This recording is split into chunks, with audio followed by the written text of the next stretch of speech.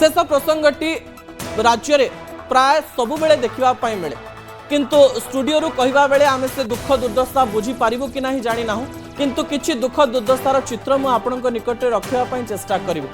राज्य में एवं विभिन्न जिले में बन्या परिस्थिति देखा मिली एवं बन्या परिस्थितिर किछि कराल चित्र मु आपणक निकट रखिदेवा चाहिए। आखि ओदा करदेला बन्या पानी। दर्शक बंधु, बन्या आसिले गाँ बुड़े, घर बुड़े, दांडरे नौका भी चले, संचिथिबा सामग्री अचानक पानी रे भासी जाए। बन्या विपत्तिर दारुण दुख भितरे मु आपणको किछि दृश्य देखाइबी। दर्शक बंधु, जो दृश्य गुड़िक आपणक आखिरे लुह आनी देई पारे। आपण राजधानी रे बड़ बड़ घरे बसी से सब कहानी को केवल टीवी स्क्रीन में ही देखि पारुथिबे। किछि दृश्य आखि को ओदा करि दैछि। भद्रक जिला हसनाबाद पंचायत अनलडीह गाँव दृश्य, जो गाँ दांडरे गाड़ी जाउथिला, पिला खेलुथिले, आज सेही गाँ रे कदली भेला चलुछि। गाँर प्रतिटी घर बुड़ी जाइछि। थरे भाबिले घरे थिबो केते केते जिंस केउटी केउटी थाए आ को अचानक घर भितर जदि पानी पशि जीव सबु जिंस तो नहीं घर बाहरी हेबन ना। जीवन बंचाइबा उच्चा स्थान को जीवा बेले घर भितर अनेक जिंस भासी जाउछि। ए विजुअल रे आपण देखुथिबा एई वृद्धंक दुख को थरे अनुभव करंतु।